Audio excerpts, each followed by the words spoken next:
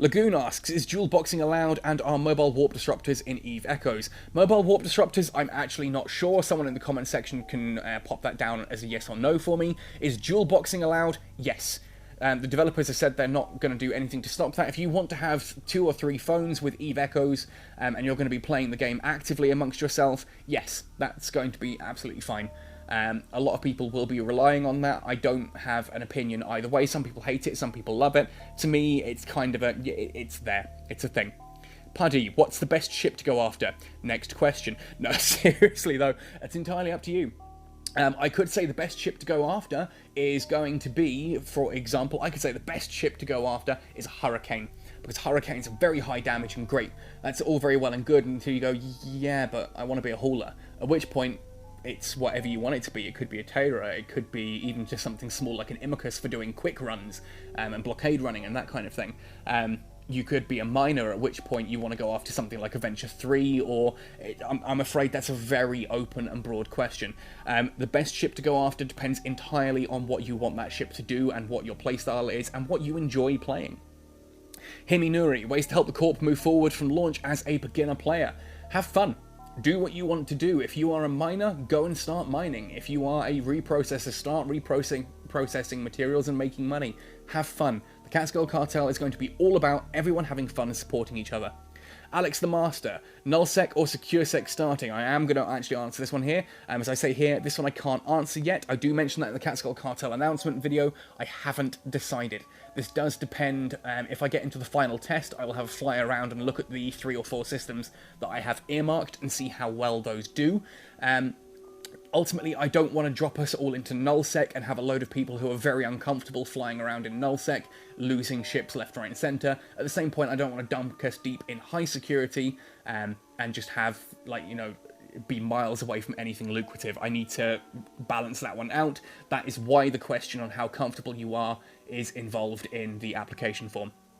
Is scamming other players allowed? If yes, then how do you avoid scams? To what extent should or shouldn't you trust someone? Scamming is... It depends. The devs have said scamming is not allowed, but I feel that involves more like real-world money. To the same token, if someone says, hey, I've got this super awesome ship for you, you just need to come and collect it from this nullsec station, and 1 sector away from that station you get gate ganked by that person, yeah, kind of expect it. If you're going into low security or null security, always assume that everyone has an agenda. If they can kill you, make the assumption that they will. Always work with that. At the same point, if you're not flying in anything that you can afford to lose, then that's the golden rule of EVE. Never fly something that you can't afford to lose. I've seen so many people get so excited. Heck, I did it. It's in one of my videos of me with the Venture. I go out and do some PvP, I blow up a Venture, and I get a really salty message from some poor Russian kid who was like, oh, I saved up for ages to get this Venture and you've just blown it up. Why would you do that? It's because you were AFK in a mining belt. That's why I did it. But never fly something you can't afford to lose, and especially don't go AFK with something that you don't think you can afford to lose either. That is EVE. Piracy is a valid profession, and scamming people is a time-honoured tradition. If something seems too good to be true, it probably is. If you want to act on it, that's fine, but take some friends with you. Kind of like if you're meeting someone from real life, meeting someone in real life who you met on the internet. Take friends with you, let people know where you're going. I'm kind of making light of a really actual dangerous real life situation here, but it's just the fact that I'm telling people to do this in EVE it makes me chuckle. Just look after yourself out there. LT1325, is it possible to fly all ships? Yes. There are no skill points required for particular ships.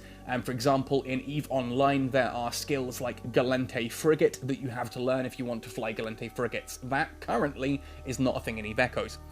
What's the easiest way to do it? Can it be done with alpha clones? Yes, so in cases to all of those, yes, as far as we know, unless those Galente Cruiser skills and all that have been added, at this point in time, you can just literally log in as a Galente character. If you've got the ISK, fly up to a nearby station and buy a Mar frigate or something. and then fly off in it. That's absolutely fine. Obviously, again, with the restrictions of Omega taken into account, if it's a Tech 8 or higher ship, or if it's one of the Omega-only ships, then you can only fly that with Omega. To add to Kozak22's question, what's the easiest, safest, and fastest way to earn ISK? Again, I've kind of answered that. Is Plex accessible to Alpha clones? Yes. Yes, you can buy Plex using ISK from the market. That requires people to have bought Plex with real-world money and then sell it on the market at ISK. It's not seeded, which I think is a question that comes later. Plex is usually on the market. It's Plex that people have bought. I can buy Plex. I can buy $10 worth of Plex, put it on the market for actual ISK, and earn it that way. Is it accessible to Alpha clones? Yes. And then what you do with that Plex is entirely up to you. If you want to use that Plex to buy yourself a Mega, awesome. If you want to use that Plex to buy yourself the cool skin you saw, again, entirely up to you. A more general question, but I think would help me a lot. How much is EVE Echoes different to online? Are these changes better or worse, or do they help the player or not? EVE Echoes is a very different beast to EVE Online. Most of the core systems, like how weapons work, how your ship navigates, etc., are the same, if very similar, if not the same. So if you understand how missiles or turrets work, etc., in EVE Online, then it's kind of the same in Echoes. There are some differences. For example, in EVE Online, yes, you can be targeted in high security as well, but whoop whoop, it's the space police are going to come along and blow that stuff up very, very quickly. If you lock onto someone in EVE Online and open fire, you're probably going to be dead before they are, unless you have an amazing Alpha Strike suicide gank. Which is a thing. It genuinely is a thing. People come into like mining belts and just blow stuff up as quickly as they can, knowing full well that Concord are about to wipe them off the face as well. That is not in EVE Echoes. Echoes, there is no PvP in high security at all. There's a couple of other bits. Things like wormholes aren't in yet. Triglavian invasions, titans, capitals, dreadnoughts, those kind of things are in EVE Online and not in EVE Echoes. Think of EVE Echoes as it's starting fresh. EVE Online has been around, what, 17, 20 years, so it's got a lot of stuff added to it that wasn't originally there. We're getting a bit more of a fresh start in EVE Echoes. Some of those systems will come later, some will be different. Obviously things like the offline autopilot is exclusive to EVE Echoes and stuff like that as well. There's kind of a lot to list here. I can't really do all that. Alex Master, ups and downs of secure and nullsec. It's risk-reward. It is literally risk-reward. That is the fastest way to answer that one. Risk versus reward. If you are in null security, then you are going to have much more lucrative anomalies. You're going to have more lucrative mining, all of that kind of thing. But of course, there is no security around to protect you if you get fired on. And null security usually is several jumps away from high security, at which point you're going to be chased, locked, and dead before you get back, sort of thing. On the other hand, high security, yes, you can't have your ship blown up, but you're going to be only running into very basic materials, and the encounters, etc. you do are going to be low level as well. To use a World of Warcraft example here, it's kind of imagine if your starting areas and like the first two zones, so like Elwyn Forest and Red Rock or whatever it is for starting as a human. If you imagine that those are kind of your high security areas, then as soon as you start to get into the more end game areas that have the more expensive loot and better enemies and all that, those are suddenly PvP enabled. That's kind of high and low security.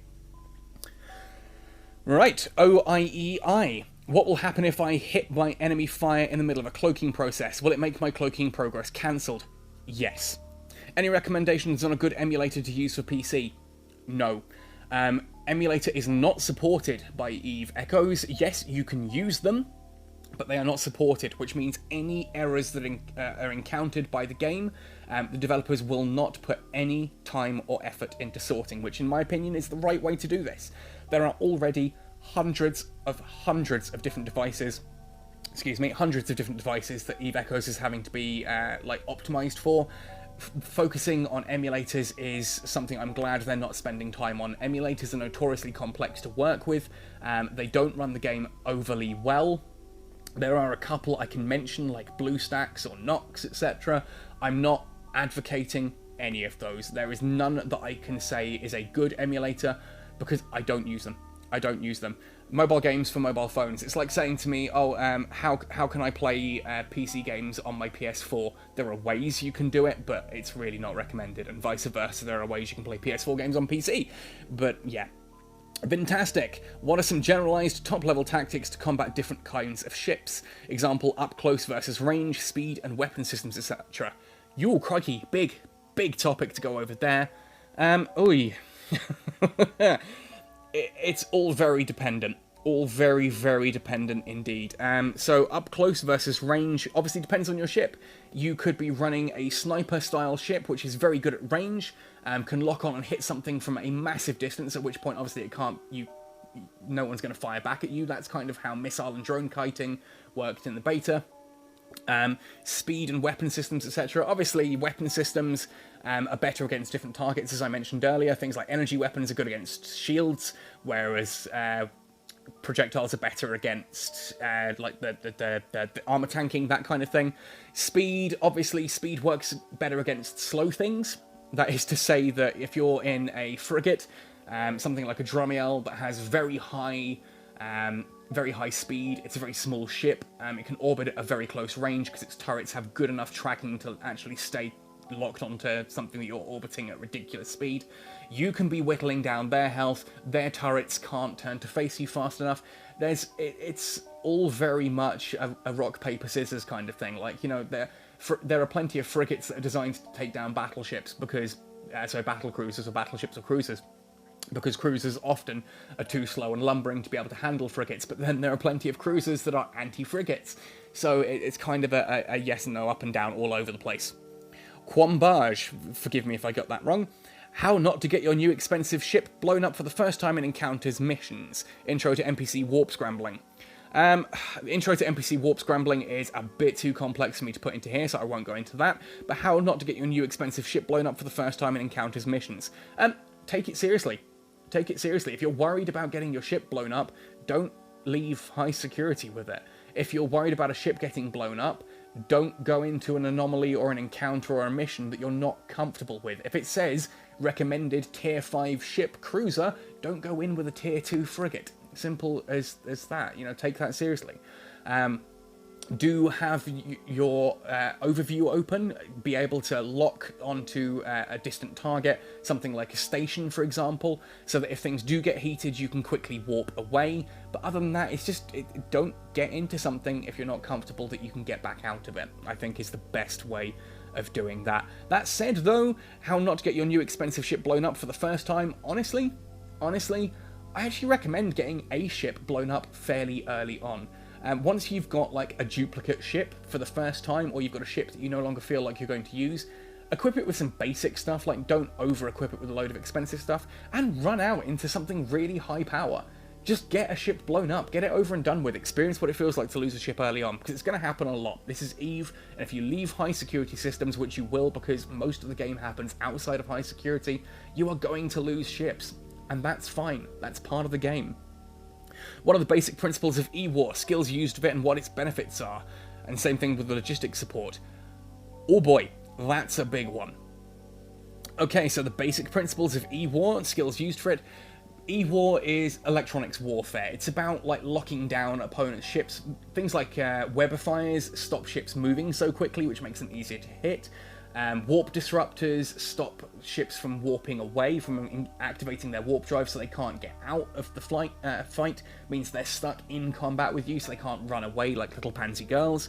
There are also things like energy neutralizers and Nosferatu's energy drains that suck away your opponent's capacitor so they can't activate any of their modules. It's basically things that just mess with your opponent's ships and stop them doing what they're supposed to do. There are even things that like slow down your opponent's turret's tracking speed so that you can get right up close to someone and their turrets just can't track you properly. That's what E-War is all about, and there are skills based on this that obviously if you're into that kind of thing, you can do. There are certain ships built for it. I mentioned the Slasher earlier. Having an E-War Slasher, an Interceptor, you can get into a fight quickly, you can lock a ship down, you don't do damage, you're not focused on damaging that ship, you're focused on holding it into place while your mates warp in and blow it up. Logistics support are things like scythes and bursts. These are healers, basically. As far as EVE Online follows the basic MMO groups and sort of teams, they're your healers. They're the ones that have things like remote shield boosters and remote armor repairers. They repair your shields and repair your armor remotely. They target you rather than targeting the enemies, and they heal you from a distance. That's what logistics support is, and that's actually one of the things I really enjoy doing. I quite enjoy being in a frigate gang using something like a burst or a scalpel and healing up. Now, I asked here, will there be sister corps to the Catskull Cartel? I haven't actually answered this officially yet. To explain what a sister corp is, a sister corp is the idea that anyone who's on a waiting list to come into the main corporation goes into sort of a holding corporation. So, for example, when the game starts, we know that Catskull Cartel will only have 50 spaces available for members to come into. Now, I've already had about 105 applications, so at this point in time, 55 of those applications aren't getting into the main corporation. They will either go into a sister corp or just onto a waiting list. I'm not decided entirely on which of those yet. Ultimate Origin asks, please explain the skill point mechanics of how they generate. Speed when training versus speed when nothing queued.